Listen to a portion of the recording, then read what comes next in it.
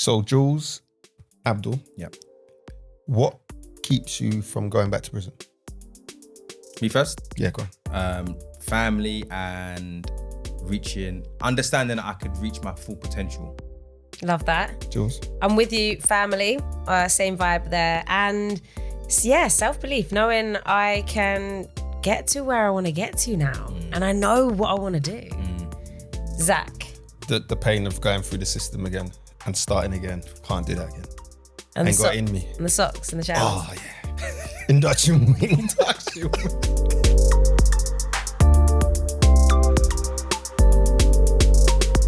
Hello and welcome to Life After Prison with Zak and Jules. Today, joining us in the studio, we have someone who's going to share their story of life after prison. None other than Mr. Abdul Bangura. Hello. What's happening, bro? Very well, yourself? I'm good, thanks, man. Welcome to the studio. Thank you for having me. Thanks Thank you for us, joining man. us. So, Abdul, your work here is super cool. It's very unique. Can you share more about what you do? So currently I am the founder of a company in the aviation space. We buy and sell aircraft. We charter, manage and sell the spare parts to airlines and lessors and people that have a fleet of aircraft. Basically. What's the organisation called? So it's called the Alac Group. So, correct me if I'm wrong, but the Alac Group isn't your first business, right? No, it's not. Okay, cool. So what did you do before? So before Alac Group, I had a company called Fresco Box, which was a healthy meal prep company. We delivered nationwide. We had 3 stores, sponsored like loads of athletes and just tried to make the world a healthier place, you know? So I love that. that was my first business, yeah. Where did the idea for this food prep business come from? Where did it stem from then? So it's a funny story. When I was in HMP Wandsworth, I think it was. No, it was Chelmsford. I was in Chelmsford. Okay. I was in Chelmsford.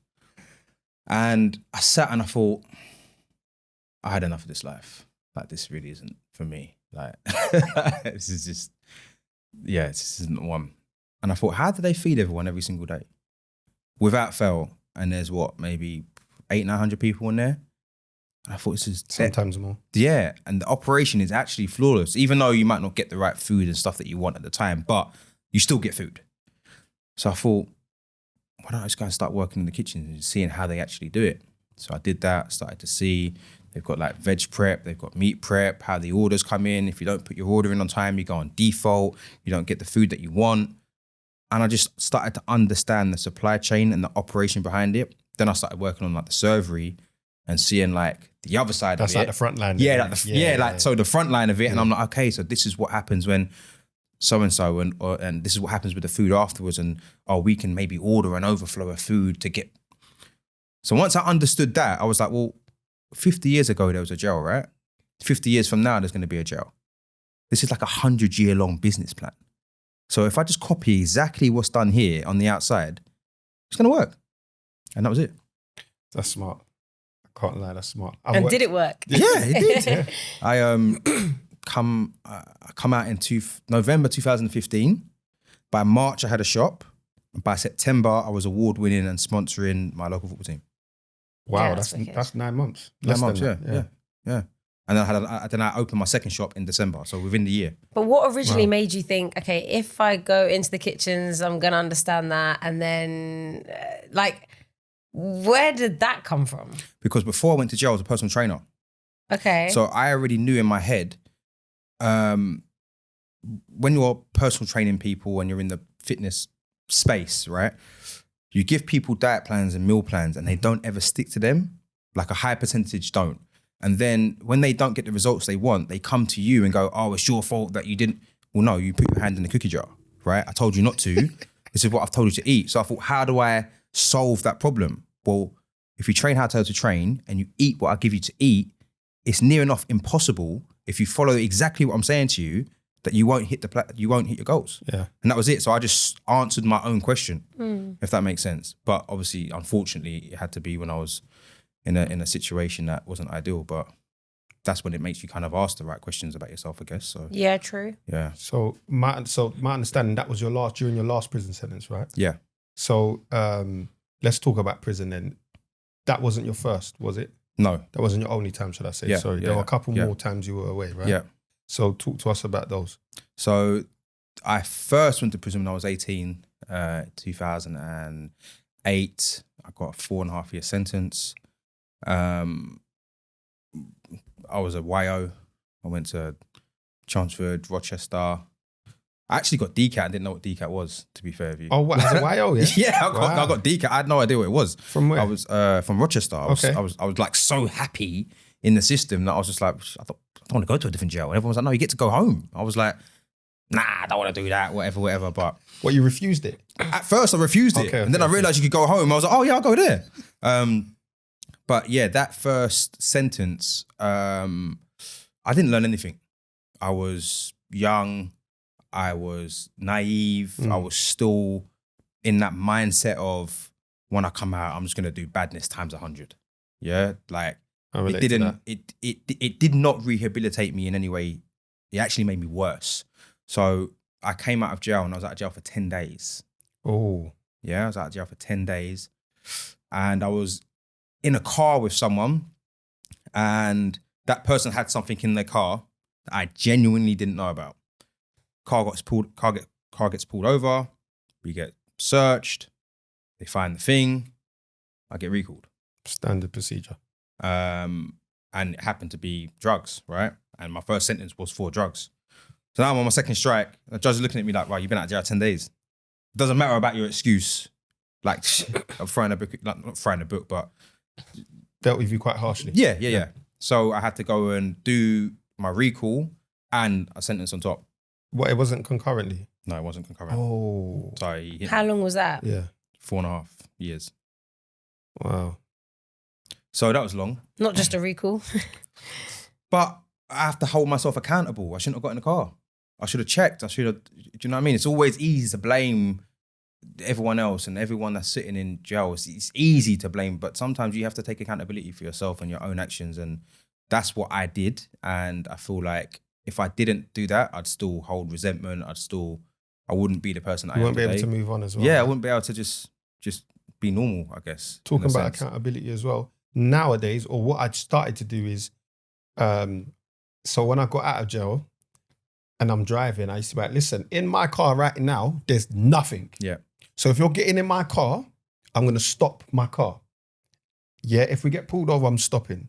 So if you don't want to be in the car if police pull us over and I stop, don't get in now. Don't get in. Yeah. Because if they find anything, it's not mine, it's yours. Yeah. That was it. And guys used to be like, "Right, cool, I'm not getting in the car, cool." Yeah. Do you know what I mean? It's hard to have, you don't have that conversation every day with people. You don't. Now that conversation is irrelevant. Because those people aren't even getting in the car. Yeah, it don't happen. So it's different. But I'm saying in that moment, Yeah. that's what it was. Yeah.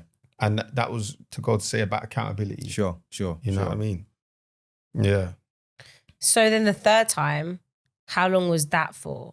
So the third time I went to prison was for 15 months. And it's a bit strange, yeah?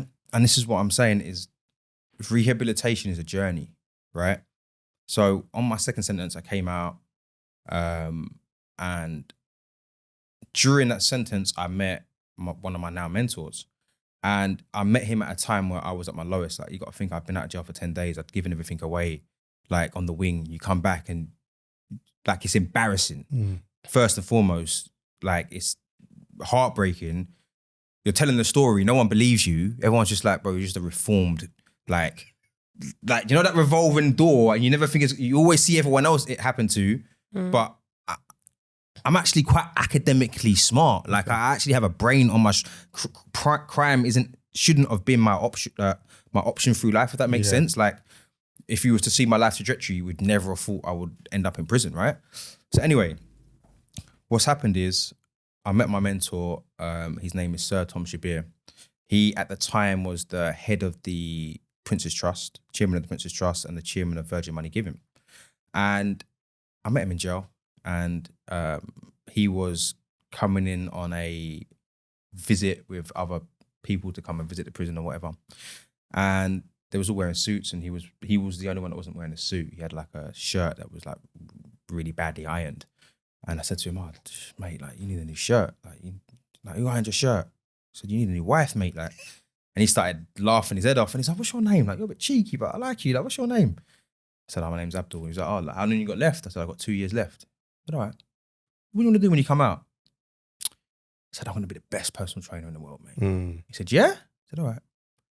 Gave me his card. Obviously, they're not meant to do that, right? But he gave me his card and I looked at it and it said, Sir Tom. I thought, what, sir? I thought, this card was gold. I remember it was fancy card. And I thought, got straight on the blue phone. I rang my dad. I said, Dad, Google this man for me, please. Like, who is this guy? He's just giving me his card. He said, bloody hell, son, he's got his arm around Prince Charles and that. Like, you need to lock in with him, innit? So for me, I still had like 2 and a bit years left, but meeting that person gave me focus to be like, I've got a purpose for when I come out. I know who I need to talk to. Everything else that you normally get up to in prison and what I did in my last sentence, I wasn't on it. Okay. Like I was just like, no, I'm going to do this the right way. Which takes me back to the point of my second time in jail. How was it different? So I've done that. I've come out of jail and I've gone and met him. Yeah.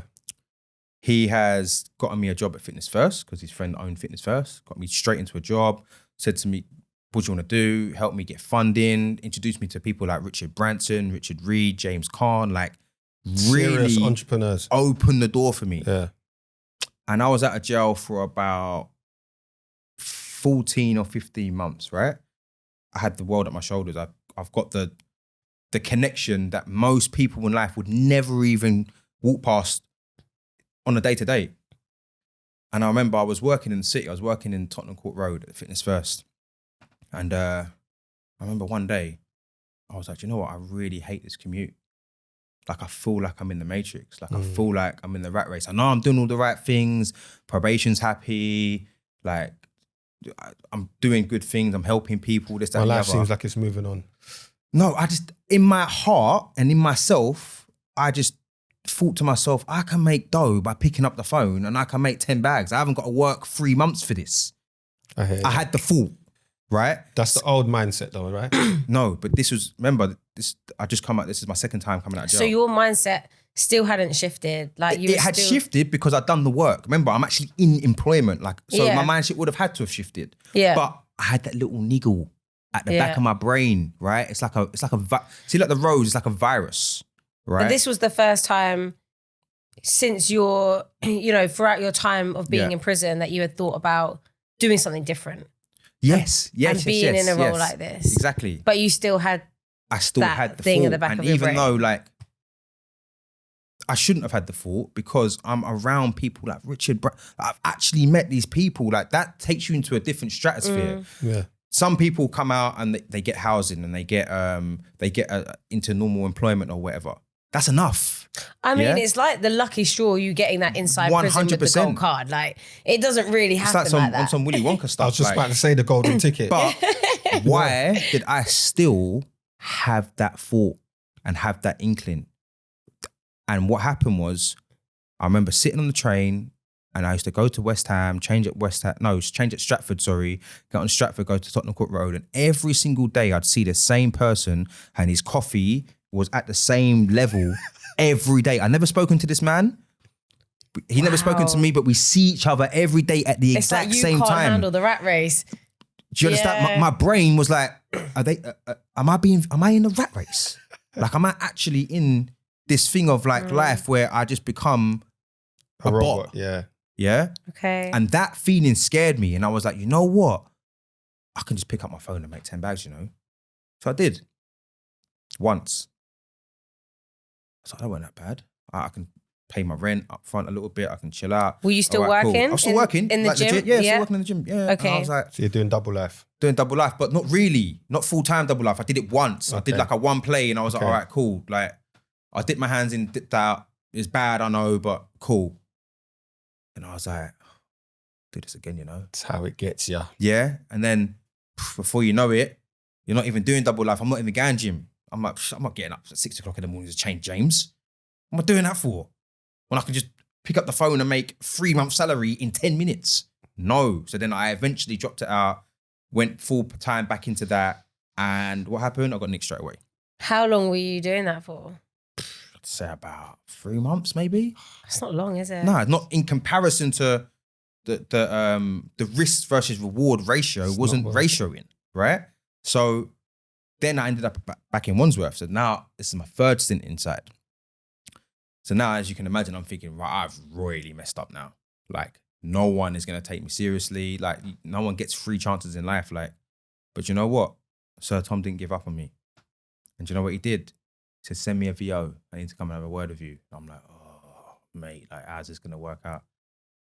So anyways, come to the visit. How did you feel on the lead up to that visit though? Well, I was shook because at first I needed a statement in it. I needed a reference, right? So I'm like, I've actually done good work before and I did try, so I need a letter to the judge, and he's the only man that I know that is credible enough that I might get a few months off or whatever in it. Do you know what I mean? So he done that for me. He didn't have to. He did that for me. He didn't even have to reply to my email or whatever. He was like, come and see me. I'll come and see you. So he come see me in Wandsworth. And he went, do you know why you're so thick? He went, you know my dad used to be the governor of this jail, innit? And do you know how dumb you are? Like, how can you not see what I see in you? And it was that moment that I was like, yeah, this is it. Well, that was the shift. Exactly. That conversation. But I think it's because I understood. No, this is the real reason, right? I was gonna go off on some other stuff, but the real reason is I didn't see in myself my full potential, what other people saw in myself. I only saw it at that moment because I was in my darkest place. What do you think you would have needed before you went back that third time to prevent you from going back that third time? A man that was successful or had been, that I could relate to, that would go, yo, you're doing all right, you know? You're doing the right thing. You're doing well. Don't get caught up and don't have these thoughts. Like, keep going. You're doing what... If I just had a man that said that to me, and it could have been anyone. At that moment in time, it could have been absolutely anyone. I wouldn't have gone off and done that. I would have been like, I just met Richard Benson the other day. Yeah. Do you know what I mean? But I didn't. Hindsight's a wonderful thing though. Hindsight's a wonderful thing. Of course Looking back and reflecting in that time when things have happened. But so then in that moment, what are the words that you would have heard that, is it just them words? That's it. 100%. That would have made the biggest difference. Hey, you're doing a great job. Look at what Keeping you've you done. Look and at this what is you've where achieved. you can go. Look at where you was and look where you are now. Yeah. Do you know how many people would love to be standing looking at that man with his coffee at that space? Like, You do know needed what to I'm saying? hear the words. I needed to hear it But why do you think that you didn't see that at that moment then? because I feel like, for one, I had a lot of unresolved trauma from prison.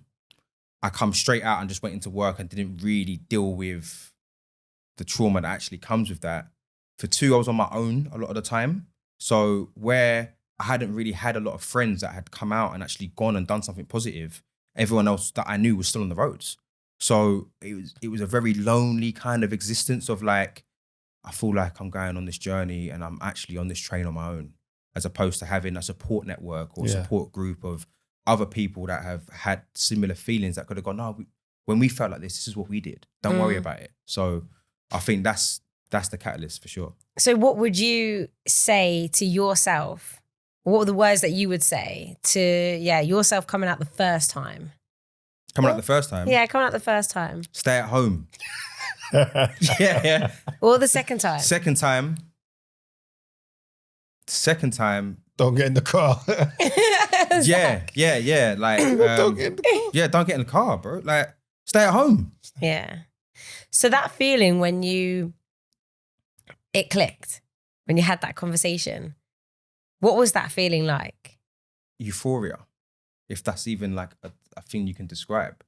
You hear a lot of like people that do dance say they, When they're whatever training. that was, I felt it. When they're doing I got cardio. It. Yeah. I got that feeling because it was like, you know, you see it in cartoons and stuff. They get that light bulb moment. It was that. It was literally that, Wow. and I've never felt it before. So that's how I know it. That's what it was. And I remember sitting there. I even remember exactly what I was wearing. I remember who was on. I remember it so vividly.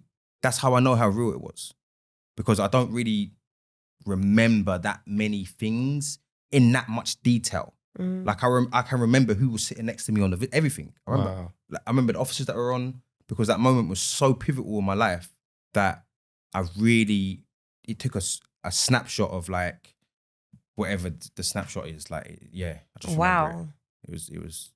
It was life changing. That's amazing. Yeah.